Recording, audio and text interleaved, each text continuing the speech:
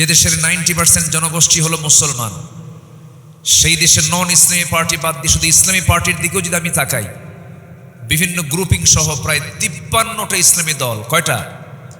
53টা। কিন্তু একটা বিষয় বলেই ফেলি, আমার পাশে যিনি বসে আছেন অনেক মজলুম দলের, তিনি একজন লিডার, তিনি নিজেও মজলুম। 5 অগস্টের কয়েকদিন আগে এই দেশে তৎকালীন গভর্নমেন্ট একটা দলকে নিষিদ্ধ করেছিল। কয়টা বলেন তো? এই দেশে কি একটাই দল? আসতে বলে একটাই দল? দল তো আরো ছিল।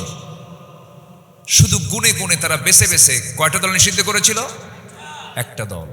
অঙ্ক বুঝে নিতে হয়, অঙ্ক নিজের মাথায় এটাকে চালিয়ে বের করে নিতে হয় ফলাফল। সাধারণ মানুষ হককে না চিনলেও বাতিল কিন্তু ঠিকই হককে চিনে।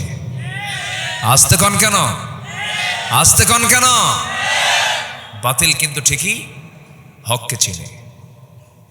তারা চেয়েছিল একটি নির্দিষ্ট দলকে নিষিদ্ধ করা, কিন্তু তারা এমন জায়গায় হাত দিয়েছে, তারা নির্দিষ্ট দলকে নিষিদ্ধ করতে চায় নাই, তারা চেয়েছিল ইসলামকে নিষিদ্ধ করতে। তারা নিষিদ্ধ হয়ে গেছে।